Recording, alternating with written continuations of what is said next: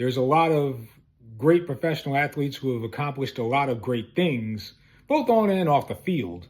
So just to keep it somewhat current, like Steph Curry as an example, or the late Kobe Bryant, or somebody like that, Tom Brady in football, or Caitlin Clark, to you include female athletes. Caitlin Clark from the WNBA as one example, Angel Reese as another example.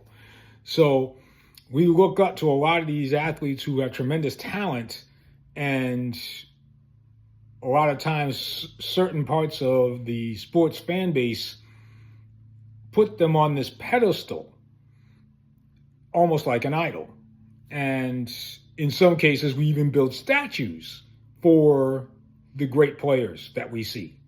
If you go to any stadium, any baseball stadium, football stadium, basketball, whatever, most of those places you're going to see a statue of. It could be like Willie Mays as an example, or as a Mets fan, the Mets, of course, they have a statue of Tom Seaver, the greatest pitcher in Mets history outside of their stadium. So things like that.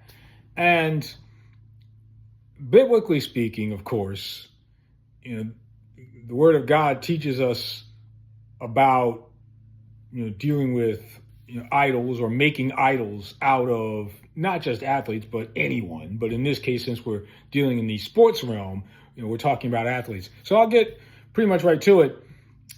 When I went through, and similar to our last video, similar to that, where the title was Thou Shalt Not Lie, we looked at the 10 Commandments.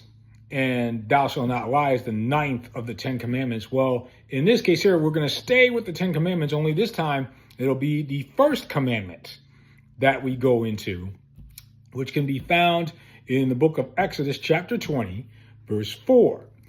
And again, the easy to read version. And so chapter 20, verse 4 of Exodus says, "You must not make any idols. Don't make any statues or pictures of anything up in the sky, or of anything on the earth, or of anything down in the water." So that pretty much covers it all, doesn't it? Sky, earth, and water. So don't make any statues anywhere on the earth. And as I alluded to a moment ago, with the great players, we tend to build statues to them and we call it paying homage and paying respect and all of that. But here, clearly, biblically, it says, don't do that.